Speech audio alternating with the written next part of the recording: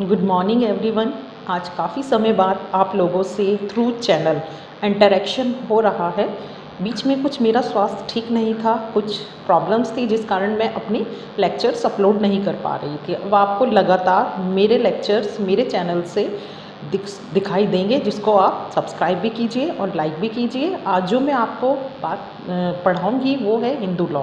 Hindu law 1955 section 9 prostitution of the conjugal right, जिसको हिंदी में दाम्पत्य अधिकारों की पुनर्स्थापना कहा जाता है। दाम्पत्य अधिकारों की पुनर्स्थापना यह हिंदू लॉ के सेक्शन 9 में डिफाइन किया गया है। यह क्या है? यह जब दो पक्षकार आपस में विवाह संपन्न करते हैं तो ऐसे विवाह के संपन्न होने के पश्चात उन दोनों के भीतर कुछ सामाजिक अधिकार तथा दायित्व का जन्म होता है। विवाह के दोनों पक्षकारों के साथ रहते हुए समय के साथ कुछ विवाद भी उत्पन्न होते हैं। कभी कभी विवाद बढ़ जाते हैं और विवाह के विच्छेद की परिस्थिति सामने आकर खड़ी हो जाती है। अब ऐसी परिस्थिति में संतान का पालन पोषण बहुत कष्टकारक होता है। विवाह से उत्पन्न होने वाली संतान का पालन पोषण विवाह के दोनों पक्षकार पति और पत्नी पर आता है।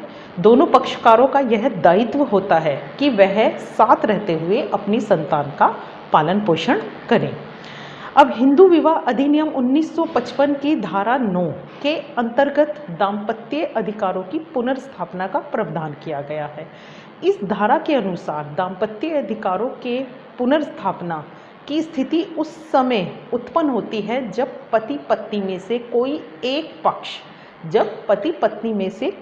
एक पक्ष युक्ति युक्त कारण के बिना सहवास से अलग हो गया हो।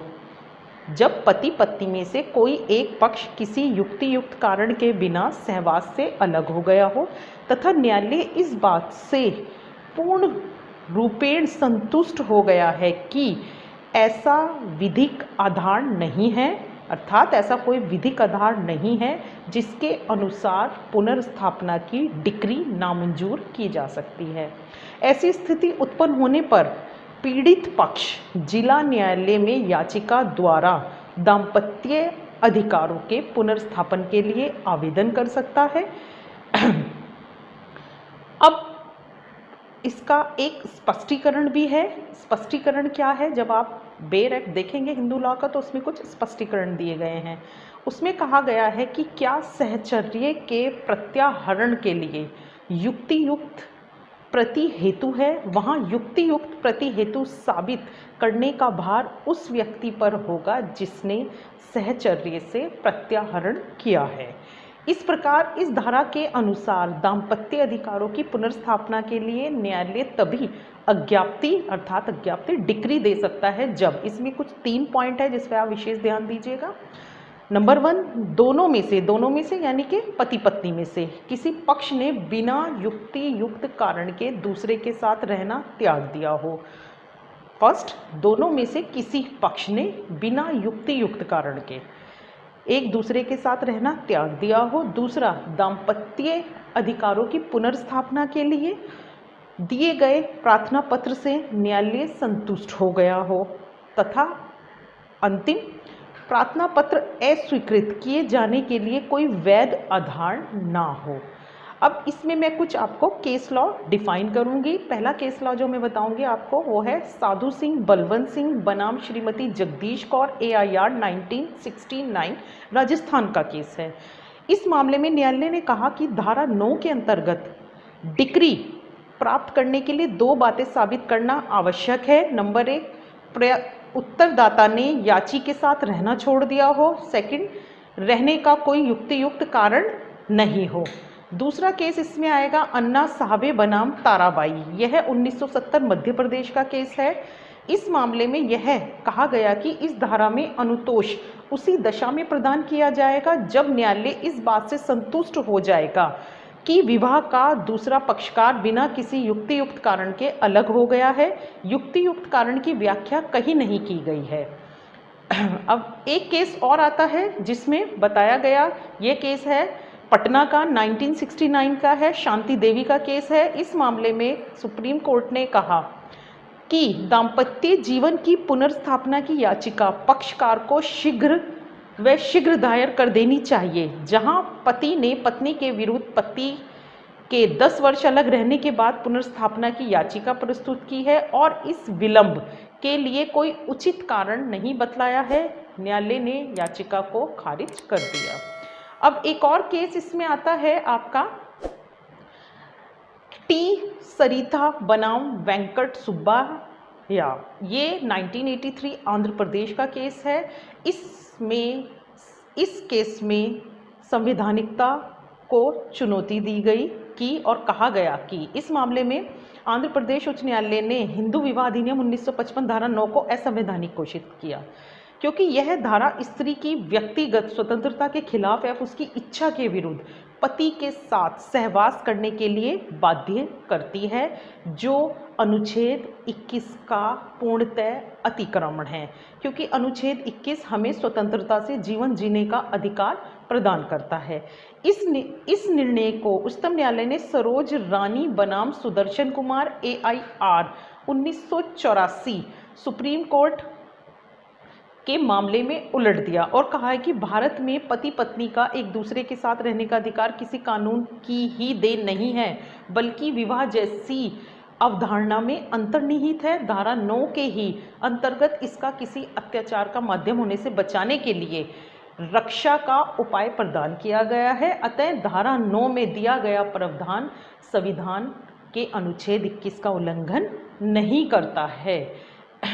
अब इसके बाद ये केस लॉ के बाद मैं आपको बताना चाहूँगी कि युक्तियुक्त कारण से जो संबंधित केस है, ये जो इसमें कहा है कि दोनों पक्षकारों में युक्तियुक्त कारण होना चाहिए। युक्तियुक्त क्या है? तो हिंदू विवाह अधिनियम 1955 की धारा 9 के अंतर्गत विवाह के किसी पक्षकार को एक पक्षकार द्वारा जब छोड़ा जाता है तो इस छोड़कर जाने के पीछे कोई युक्तियुक्त कारण होना चाहिए। इस अधिनियम की धारा 9 के अंतर्गत युक्तियुक्त कारण पर बल दिया गया है। युक्तियुक्त कारण क्या होगा, यह आपको मैं केस लॉ के थ्रू बताने की कोशिश करूंगी। पहला केस मैं आपको बताऊंगी विजय दा बनाम श्रीमती आलोक दा 1969। यह कलकत्ता का केस है। इस वाद में कहा है कि जहां पति ने पत्नी के विरुद्ध चरित्र दोष का आरोप लगाया है तो वहां पत्नी को अलग रहने का युक्तियुक्त एवं पर्याप्त कारण है, जिसके आधार पर पति के दाम्पत्य अधिकार की पुनर्स्थापना याचिका खारिज कर दी गई। दूसरा केस इसमें आता है चंद्र बनाम सरोज 1975 राजस्थान का केस है। इस मामले में कहा कि यदि पत्नी नशा नहीं करती और मांस नहीं खाती और फिर भी पत्नी को शराब पीने दी जा रही है, उसे नशे करने को कहा जा रहा है या यह घर छोड़ने का युक्तियुक्त कारण है, क्योंकि कुछ कार्य जो निषेध हैं और उसकी इच्छा के विरुद्ध किए जा रहे हैं, इसलिए यह कारण उन्होंने युक्तियुक्त बताया। एक केस और आता है इसमें अन्ना साहब बनाम ताराबाई। यह 1970 मध्य प्रदेश का केस है।